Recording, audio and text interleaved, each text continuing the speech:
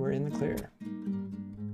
Mostly. Ooh, not quite. Now the blasters are starting to show up as well. I guess kind of forget just how much noise we made at the end vault there, because I initially had a moment of thought where I was thinking about using the condenser vein in that hallway and letting enemies come into it. I thought, no, we should wait till we're deeper into the end vault so that it actually has slightly better overall amounts of damage being applied. I'd completely forgotten that we're going to bring everyone to us anyway. At least they all left the end vault. It is, yeah, it wasn't quite as purposely done this time around as what I normally do, but I am always a fan of bringing enemies in to a more controlled environment like that, because if you kick the hornet's nest, they all start scrambling around, running out, and then we're able to do exactly this here and just fight most of them in one-on-one combat, the way that, you know, Quaslal intended it. But we'll see if our luck can continue. Perfect, we are able to get the charge roll on the Demonologist. That's all I could ask for there. And for now, let's let enemies come to us a bit. We might be missing out on when it would work best to use our condenser vein. We've already kind of drawn attention to ourselves, dispersed it, yada yada, but definitely still a half-decent position here. Let's do a combat roll immediately to take out the summoner. Slightly dangerous, of course, in its own regard here, just because it does put us potentially with a bunch of demons at our back, but hey, it seemed to work all right so far. Hello, friends. Ooh, the +1 leather armor of Quaslal's Anger. Interesting. And that's the Deep Elf Death Mage. Ah, there they are. I was wondering when they'd pop on screen. To the left there. That is a fitting artifact to be up against here. Well, this is definitely a half-decent place to start fighting, if just because we can consistently draw enemies back and towards here. The only issue I have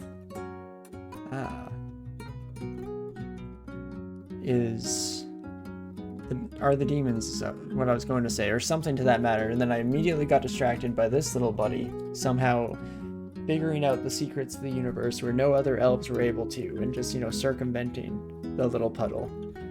This vault with all the water is so brutal for melee characters, definitely. Yeah, the shallow water is not necessarily as bad as it might otherwise be, as a big build character at the very least, but is a bit of a pain in the butt. I want to make sure to take care of this Necromancer before they get too many hits in here, because they do have the Distortion Brand. Could have sent us deep into the abyss there, of course, and that's what we were trying our best to avoid. But at the end of the day, able to take them out in just a couple of turns, and then here we go. Ring of the Keys, or Ring of Keys on this buddy, so Crazy Intelligence. If that affects monster spell power as well as player spell power, then this is going to be a scary summoner. But if they want to make their way to me like that, don't mind if I do. So I get slight hiccups as well, don't mind that. Red Axe of Venom. Oh, that one was more of a burp than a hiccup. But I'm gonna just keep retreating out, taking this one at a time. In fact, maybe we should try and use this deep water to our advantage. Because, see, we have all of our friends here. And we could just blast them. Feels like most of them are caught up on each other. The ranged buddies won't run away because they have some method of dealing damage to us. If enemies have no way of attacking you and getting to you, then they will just retreat out of range of vision. Don't have to worry about it so much, at least not with all of these enemies. So, what I might do is start slapping away with our Ice Blast. We have a decent amount of elves here who have high evasion, so it definitely works out to try and slap down as much group damage as we possibly can, and undodgeable group damage at that. All in all, definitely not too bad. Hello, friend.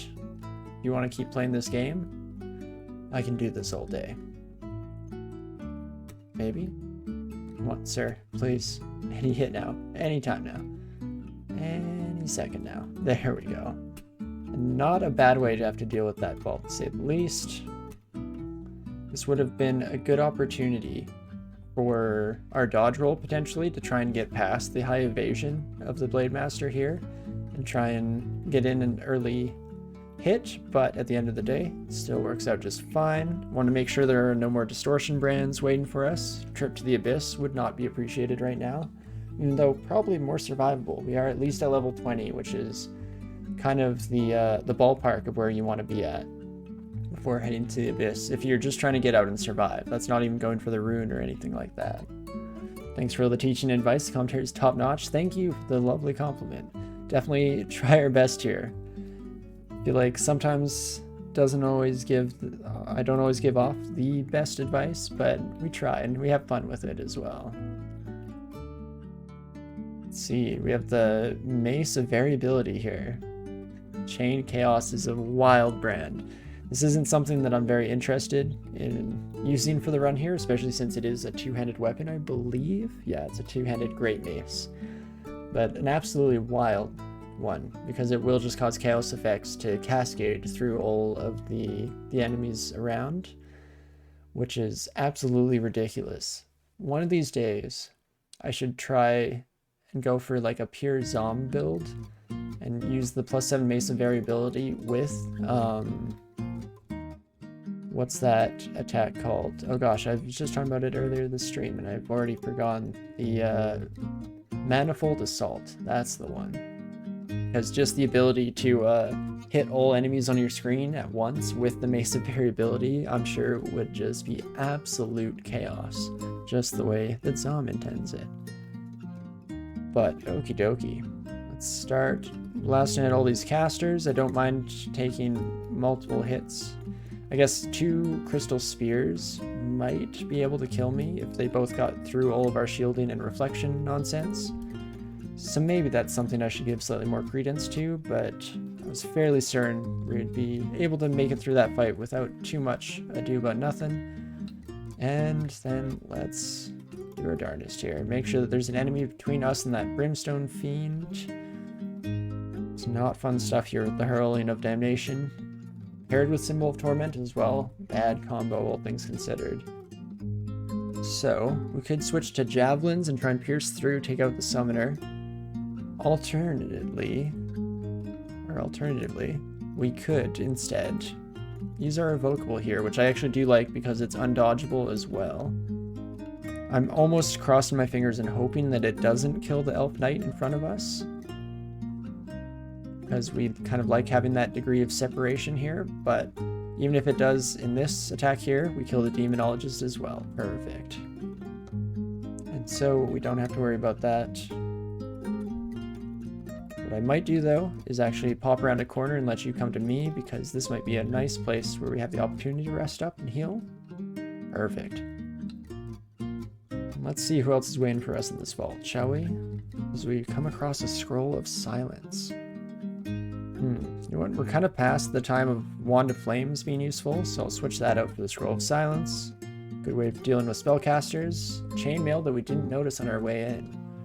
Ooh, so this is mostly just a better armor than what we're not currently wearing, but than what we were wearing before coming down in here.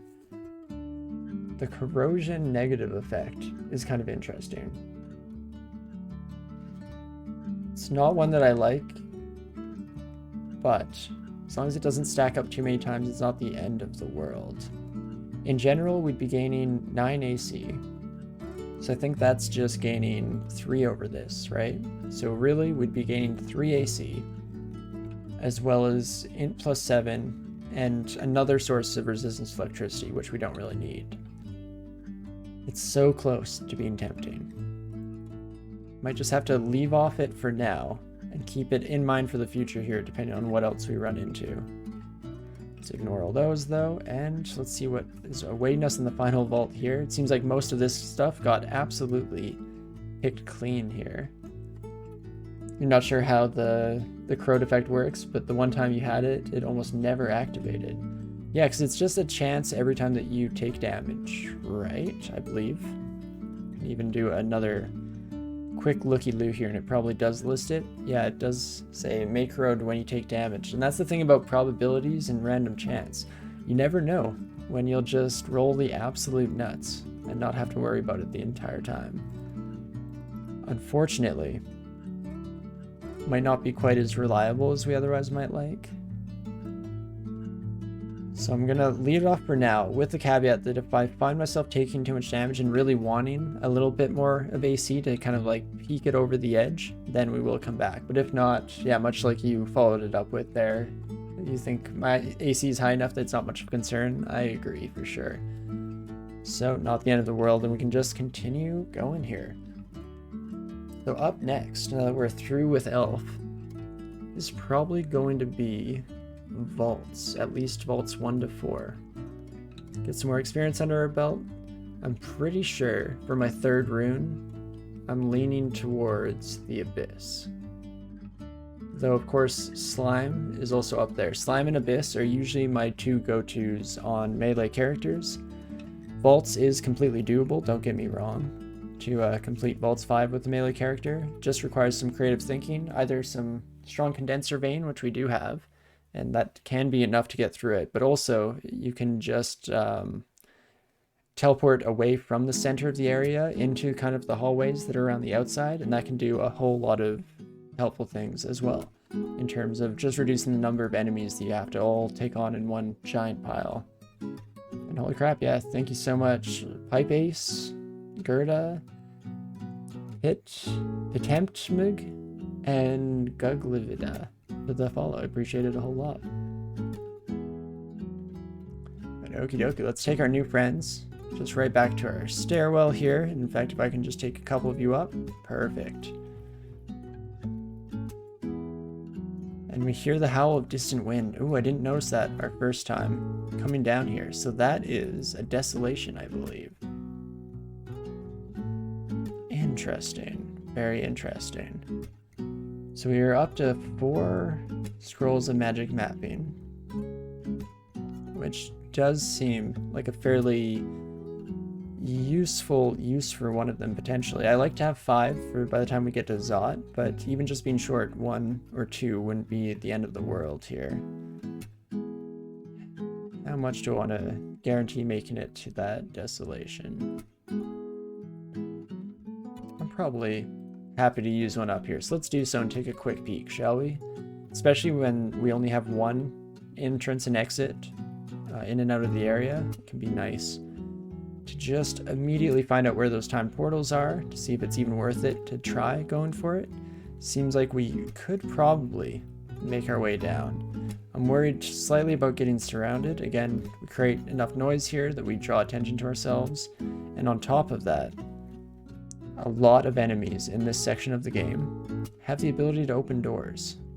So we do have to be slightly more cognizant and aware of the possibility at the very least. But here we go. If we're able to take out these enemies as quickly as they step up to us, it's absolutely no problem, even with a bunch of 2-headed ogres in the way. I'm also glad that we didn't end up switching out from our willpower armor there, because it is nice against ogre mages. And who knows, we might even run across like a lich or something like that in this section. So I don't mind hanging around. Oh, poor slug. What was the dart slug doing down here? Going right into the salt too? Oof. But okie dokie.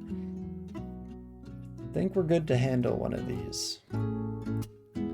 Drop some stuff before you enter. Definitely should do. Yeah. I'm trying to think of what all is specifically useful for the area here. Not too many things are resistible in any way. Even though it's been a while, I feel like we've only done 1 of these crumbling gateways over the course of our series here. So I don't know how much, or I don't know too much what to expect exactly. And I'm sure there will be some surprises levied our way, but we can leave that cloak around for now. Magic mapping can definitely be left behind before going into a time portal. Mutation, same thing there. Otherwise, we'll maybe hold on to everything. There are a couple things that we wouldn't be too remiss to switch out of for something beautiful that shows up. But in general, I think I'm happy with that. And let's take this as an opportunity to remind myself. So we got lightning and we got still winds. Anything short of a polar vortex from breaking the calm. Interesting. So clouds cannot be formed whatsoever. Ooh.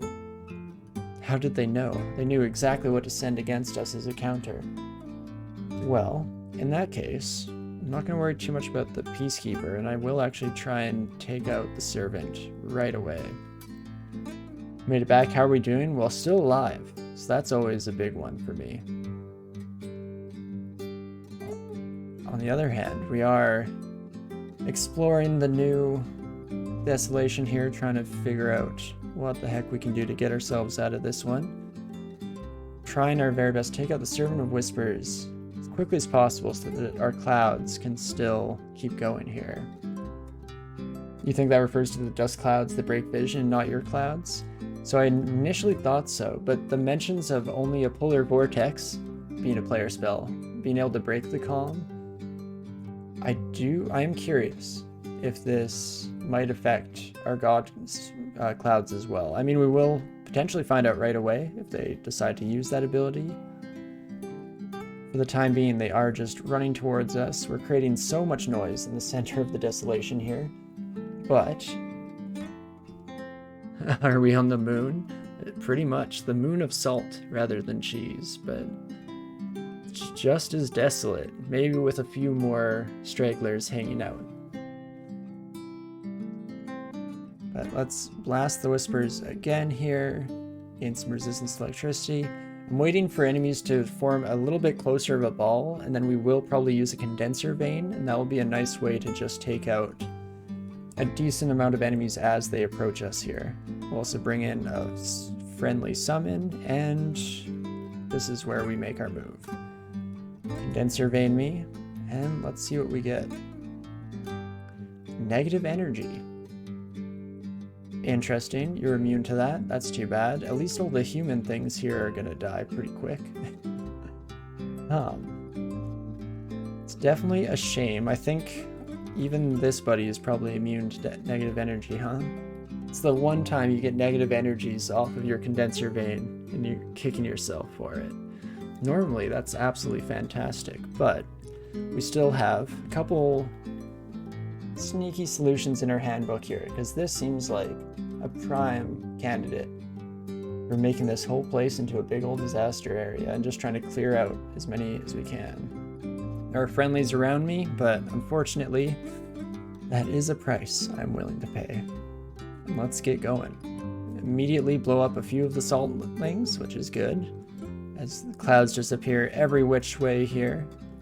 Not too bad, all things considered, while still not getting us out of trouble. Definitely still have enough magic points to do so again, and it did make quick work of the saltlings themselves, which are the majority of the damage coming directly down on us. So let's do it. One more blast here. Hopefully takes out a good portion of the enemies here. Yeah, none of the mighted saltlings around us, huh? That's too bad. And all of our skills hit their cap, like all at once. Wild stuff. So evocations I'm going to turn back on for a little bit. You can train this buddy up to 16, and now is the time where I might start training dodging in the background and turning fighting back on. In fact, I might just kind of go buck wild. Evocations and throwing can get some focus, and then the rest, fighting and dodging, just some good defensive skills kind of ticking along in the background. Hey Railbird, how's it going? Nice to see you around here. Coming directly into our Palentonga run here that's going fairly well up until this last little bit here as we're completely surrounded by a bunch of mighted saltlings. But it's also not the end of the world because we have plenty of piety to spend. So I'm just going to blast him again. See how that does for us. I was hoping for some closer hits. Unfortunately, don't seem to be getting any, and at this point we probably just should have started laying waste around us instead of wasting all these turns. That's okay, up for 20 damage, so as long as we can reduce them down in short order, that's still not the end of the world. Can take out this buddy here. Ooh, did not. Don't think disaster area can hit adjacent to us. Ah, that's good to know. It must have been a mix of things earlier then, because I assumed that the in Snake 4 when we used it, that it was taking out adjacent enemies, and that's what I was hoping that we'd see the same here. But that's great to know.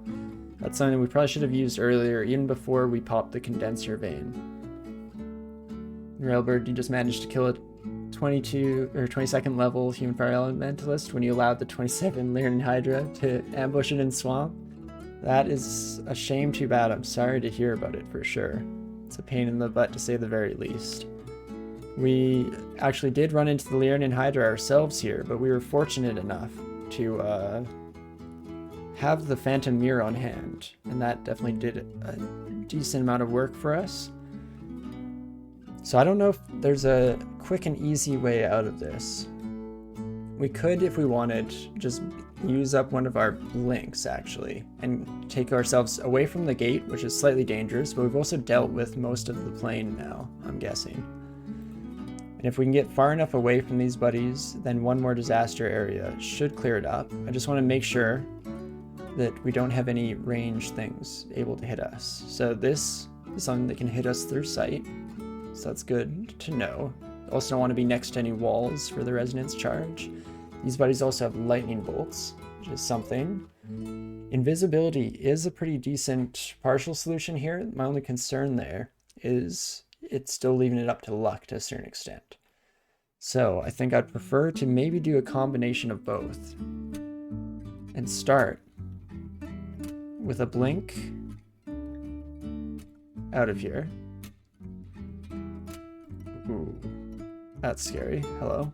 It's something that can see invisible too, so that's not gonna care too much. Crystal Bolt can absolutely slam us. So I think I'll still go invisible. Crystal Bolt has a range of 6, so we are in range now, I believe. 1, 2, 3, 4, 5, 6. Yeah, it's just got in range, unfortunately.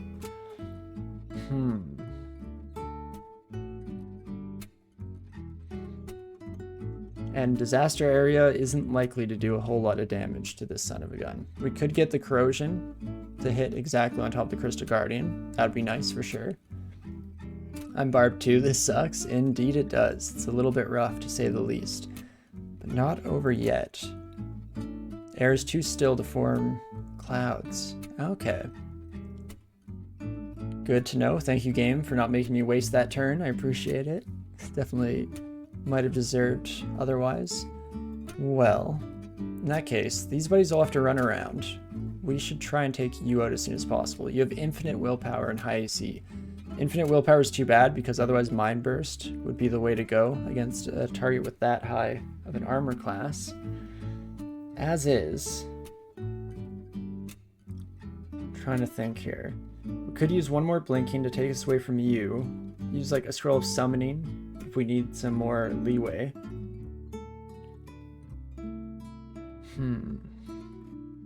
Let's take a sip of the drink while we decide. While we mull over our options here. The one and only time we came into a desolation, it went fairly smoothly, but we were also playing a blaster caster that was able to just take out the crowds as they approached. So is it worth one more blink? And that might not even be the be-all end-all. Also, by the way, with the negative clouds, I'm not seeing any Quaslal clouds around me. So I think the stilled winds might actually counter us in that regard. Unfortunately so. But I think it is what it is. I'm going to blink down here. And the thing I want to keep in mind is maybe keeping this entrance in sight so we can blink back to it. That'd mean only going out one further, right? Because if we blink here, then 1, 2, 3, 4, 5, 6, 7. Yeah, I'll just be at the edge of our range. I think we'll risk it here. We'll jump in. Lightning Bolt could have hurt a lot worse. That's not too bad. We're still invisible at least, which means only this Peacekeeper can see us. I guess that answers that question. Dang, Quaz like the worst god for this area. Yeah, if I'd known, it might have given me a bit more of a questioning thought here, but definitely still not the end of the world as well. Disaster Area makes a lot of noise, but clears out a lot of the chafe here.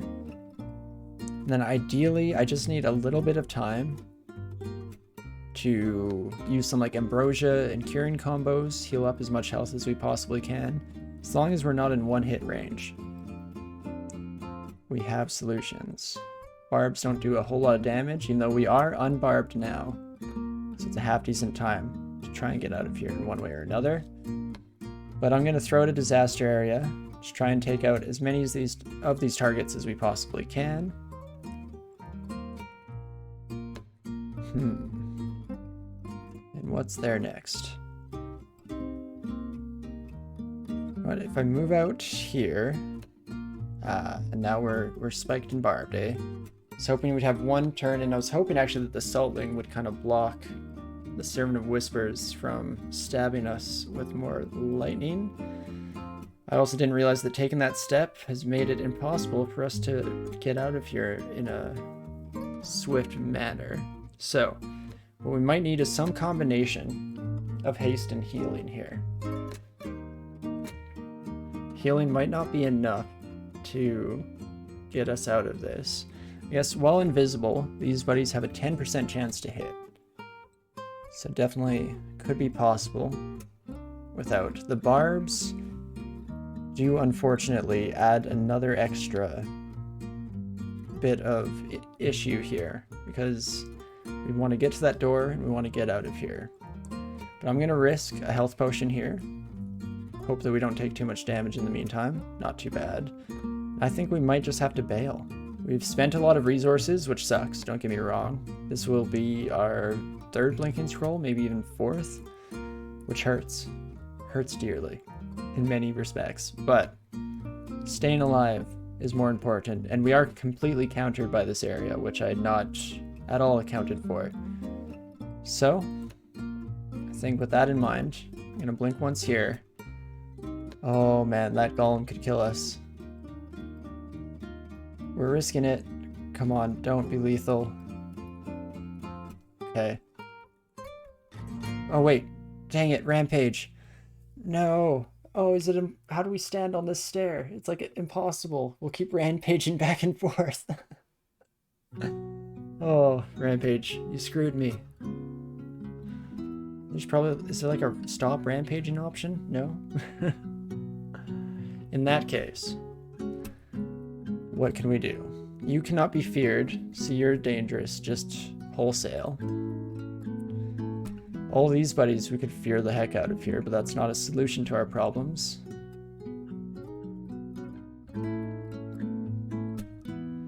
Well, well, well. I might just have to bite the bullet here. Vile Flood stops casting. It does indeed. Oh, on the golem as well. They're affected by anti-magic, but it doesn't say silence, which worries me, because I do believe that this is a form of silence. Yeah, lots of teleports indeed. The only issue is I don't even know if I can survive one turn, much less multiple. Am I going to waste all my blinks in one section of the game? Maybe. But what I'm thinking of is if we can blink, we kind of want the barbs to stop affecting us. Okay, one sec. 1, 2, 3, 4, 5, 6, 7, 8 puts us out of space. Blink to move 1 square. See, that's the thing. I think blinking here, we're still dead potentially. Most likely even, because we got some really big luck on that step alone. And so, I don't know if that will be a solution to our problems. And instead, what I would be doing is doubling down. Committing to this, blinking probably out this way somewhere, hoping that we don't find another Crystal Guardian out this way. But if we can just gain a bit of space, we can haste up, and we can run away. In fact, this is one of the only times in our entire life that we're even the tiniest bit stealthy, thanks to the fact that our clouds are blocking for us here. So, I think we're gonna blink. And I'm blinking out this way to avoid barbs as well as the Crystal Guardian. And our clouds immediately come back, of course. Hey, GumXD, thank you so much for the follow. I appreciate it a whole lot. And what next? I think a haste is that there next. We still are barbed, huh? That is too bad. Gonna drink 1 cure wounds. It's not quite enough to get us out of trouble here. 1 heal wounds as well. Now, the barbs will be hurting us, but we're getting into the fog here and able to get out of sight of all these bad boys, at least. Because, yeah, a teleport isn't the worst idea here. Summon just for blockers is a great idea. In fact, should have done that earlier, potentially. I do believe that this buddy's attack is smite targeted, but shouldn't be too much damage as long as we're not next to walls. Summons will help deal with all the chaff. Yeah. It's definitely not a bad idea, because teleport, well, it could save us here. It could put us out to the outside of the map somewhere. Could drop us right into the thick of things as well. And I've been trying my best not to leave anything too much up for chance. Oh, crap. Okay. Time to bring in my friends. Bunch of saltlings is not exactly what we were hoping for here, but it might be enough just to clog up the area. Next up, do you want some source of healing? Man, thought we would have gone through most of these enemies. We could go for that teleport now that things are looking even more dire. It looks like we'll be surrounded no matter what happens here. Could just cross our fingers with that. Wouldn't be too bad. Ideally, if there were enough bodies here, we could do some mixture of ambrosia cure wounds to try and just get ourselves back up into a good spot before then. In fact, I think we will go 1 more summoning, much better this time around. And I'm going to drink some ambrosia. Come on, friends. I believe in you all. We're just going to wait out our turns here, slowly but surely healing up while surrounded by friends. In fact, maybe that first summoning did slightly better than I gave it credit for, and some of them were just outside of the sight range. Guys, why did we go to the moon in the first place? It was a bad idea, to say the very least. But I believe in her crowd here to do some good work, get in some damage. I'm gonna chug 1 more ambrosia here, ready to cancel it with curing if things start to look less than ideal for our teammates. Wow, Halazid Warlock, eh? What can you do? Ghostly Sacrifice, Bolt of Cold, Bolt of Draining. Not great. I don't like bolts because that's piercing, so that does mean that we can be affected by it. Uses an ally's motivating essence to create a blast of negative energy, draining any living creature it engulfs. Huh. Generally, if you can secure a corner in Desolation, it can go easier. Yeah, so we very likely will have to resort to healing here.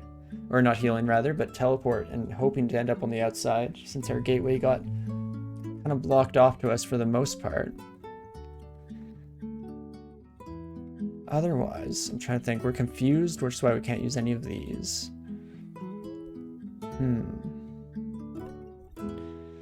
So we could try and use... I mean, we're most likely pretty close to the corner at this point. So we could try for 1 more blink gap here. In fact, oh, this is the very corner of the map.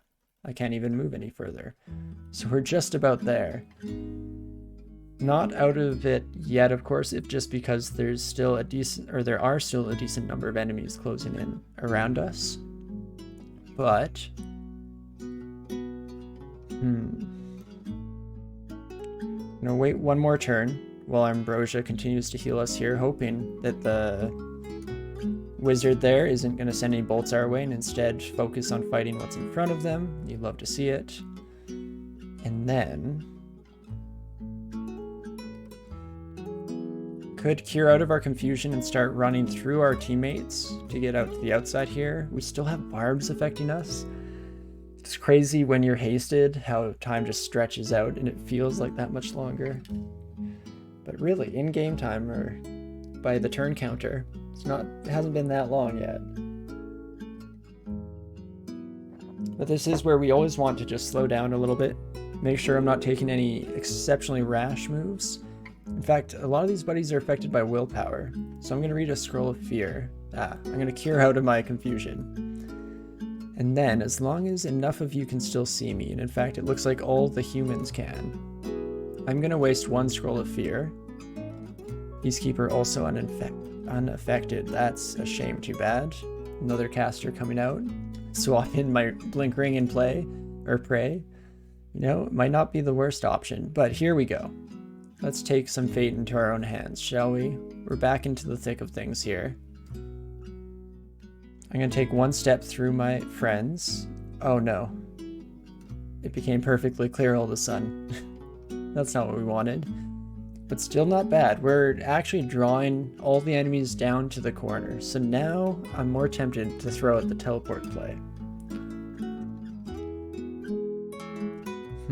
We probably will need a few turns in order for it to take effect, and we're invisible still, so we're able to not take as much damage from the assaulting next to us. Now is where I think I'm going to read the teleport, hoping against hope that we have brought in enough of our friends. Let's see, if we want to survive just a few more turns, what do we do? I don't want to get barbed, which is this part I'm struggling with, because this buddy has a piercing effect that he will just blow through everyone, because unfortunately this buddy is immune to it. Is that right? Is it electric, the crystal bolt? I didn't think so. It is randomly imbued with either fire or ice. Huh. Good to know. So that's why, though, he's able to fire through this buddy who is resistant to both of those things. Fascinating. Well, we just need to survive a couple more turns. It's that easy, folks. Let's start with a step. Please don't barb me. Okie dokie. Now I'm going to actually step away this way. We are still fast at the very least, so we should be able to gain some ground. Of course, it does mean that my weird time dilation comes back into effect here, because it feels like we're spending enough time that we should have been teleported out, but it's really no time at all.